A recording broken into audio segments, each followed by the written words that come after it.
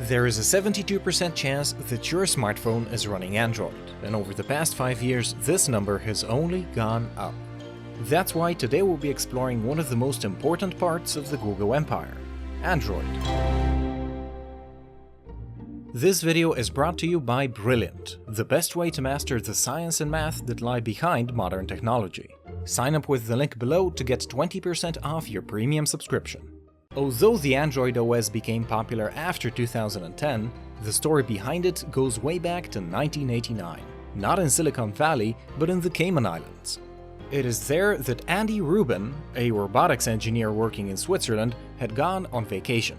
Early one morning, he stumbled across a man sleeping in a chair outside. As it turns out, one of Apple's leading software engineers had just been kicked out of his own beach house by his girlfriend. Andy was compassionate and gave the man a place to stay. In return, he was offered a job at Apple, right around the time when the Macintosh had peaked in popularity. Thanks to this lucky break, Andy kicked off a great career in Silicon Valley, first by developing the Macintosh Quadra for Apple and then joining General Magic, the company now famous for developing the predecessor of the modern smartphone. While working at these companies, Andy would always develop his own side projects. They usually involved him building crazy robots, and eventually people around the office started calling Andy the Android. Interestingly enough, one of Andy's colleagues at General Magic was Tony Fadell, the man who would later go on to create both the iPod and the iPhone. Although General Magic's idea was truly innovative, it was at least a decade ahead of its time, which is why the company eventually went bust. Andy never gave up on the idea of the smartphone, however, and in 1999 he and his engineering buddies decided to start their own company to pursue that dream. What they eventually developed was the HipTop, a phone with a keyboard that could wirelessly connect to the internet. While not innovative from a hardware standpoint, the HipTop was nevertheless a pioneer.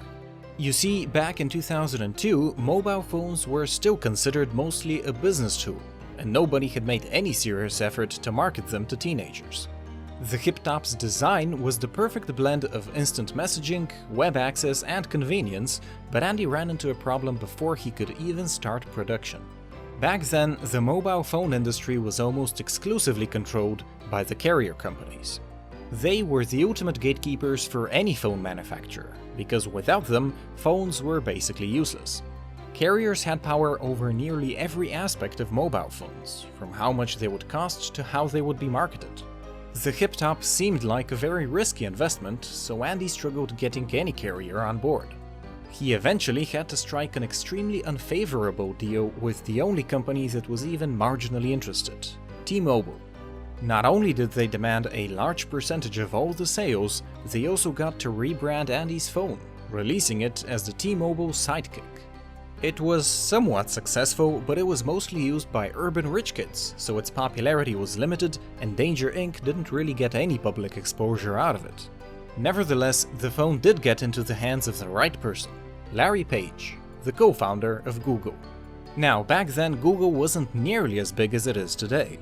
In fact, it was still behind the likes of AOL Search and Yahoo.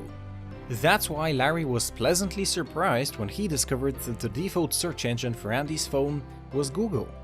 Larry saw huge potential in the idea of the smartphone and wanted Google to make one of their own, but he knew that the carriers would never allow an outsider to steal their profits.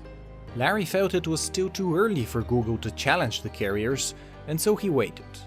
As luck would have it, over the next 3 years, Andy would develop a new business model that could finally end the carrier monopoly.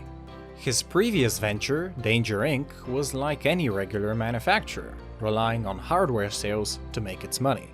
This came into direct conflict with carriers who wanted their clients to use the same phone for as long as possible to prevent them from switching to competitors. Andy figured out a brilliant way of ending this conflict of interest. Instead of relying on hardware sales, he would give out his software for free, earning money by taking a percentage of the carrier service fees. Andy knew firsthand just how difficult it was to be a developer for phone apps back then, so he wanted to make his operating system open source as well, giving everyone the chance to use it and build applications for it. He combined these two ideas into a new company which he called Android in 2004, and while the rest of the world laughed at his idealism, Google knew that this was what they had been waiting for. Just a year later, when Android still had nothing more than a barely working demo, Google bought the whole company for $50 million. Google's motives were clear.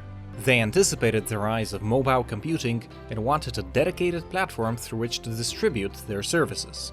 Andy and his team were brought along to do just that, and they even got their own building at the Googleplex. Over the next 2 years, they would develop their revolutionary idea into a fully functional operating system. But that was just the first step. They still needed to design a phone the OS would run on and to partner with a carrier to actually sell it. Finding someone to build the phone was easy enough, but getting a carrier to willingly give up their control of the phone market was difficult, to say the least. In fact, every single carrier Google contacted turned them down. Then, on January 9, 2007, Apple unveiled the iPhone. Unsurprisingly, the Android office was in chaos the very next day. While they had experimented with touchscreen technology, nobody had imagined that Apple would be fully integrating it into their phone. Over the next 9 months, Andy's team completely redesigned their product, adding touchscreen functionality on top of its pre-existing keyboard. The release of the iPhone, however, actually helped Android. You see, Apple wasn't nearly as determined to break up the carrier monopoly Andy was so eager to destroy.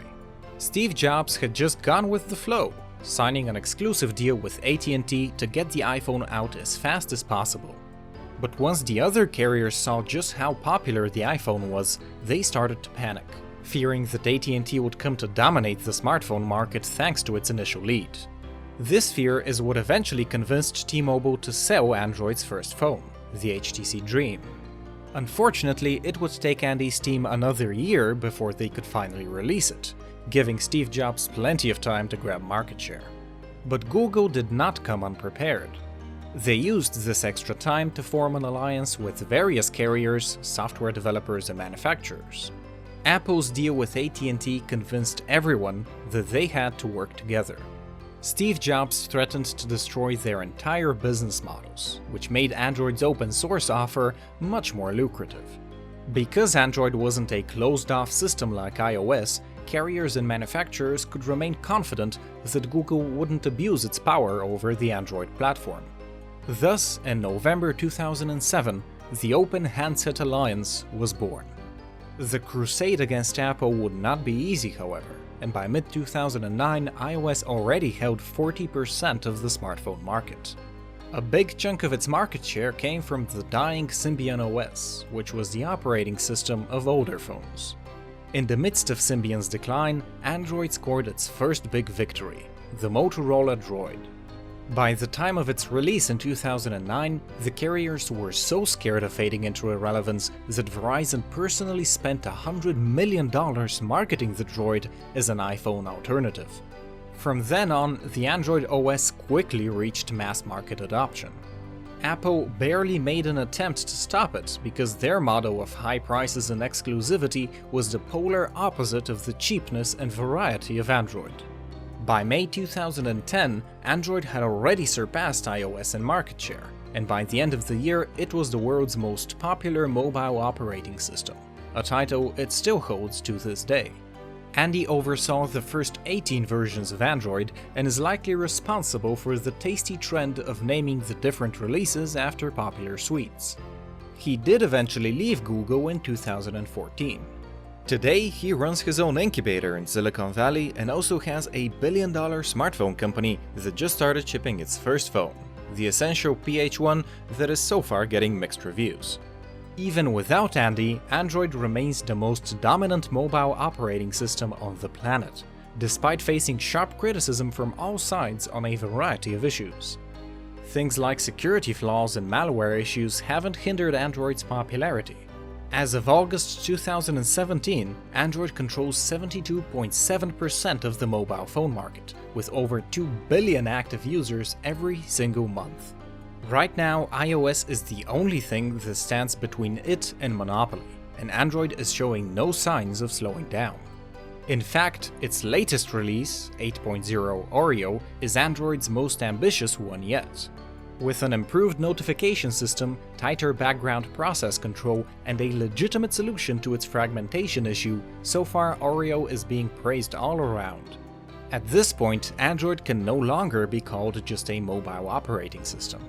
Besides phones and tablets, Oreo will also be integrated in cars, watches, TVs, VR headsets, and possibly numerous other devices thanks to a version dedicated to the Internet of Things. Suffice to say, things are looking bright for Android, and considering just how crucial of a part they are in the Google war machine, they will likely remain on top for a long time. Now, the technical innovations that made Android possible back in the early 2000s aren't things that are easy to learn. All the science and math that went into creating Android may seem difficult to get into, but don't worry. Brilliant.org is a great place to learn the most important knowledge in physics, math, and technology in the easiest way possible, by solving practical exercises. With Brilliant, you can dive deep into the world of algorithms, computer memory, machine learning, and a bunch of other fascinating topics. By solving fun puzzles, you will build up your technical knowledge and problem-solving skills in no time. Visit brilliant.org/businesscasual and you'll be able to sign up for a free account and to get 20% off your premium subscription. And who knows, maybe one day you'll be the one building the next billion-dollar tech company. Lastly, I want to say thank you to our awesome patrons on Patreon for supporting us and to you for watching. Don't forget to follow us on Reddit, Twitter, and Facebook. And as always, stay smart.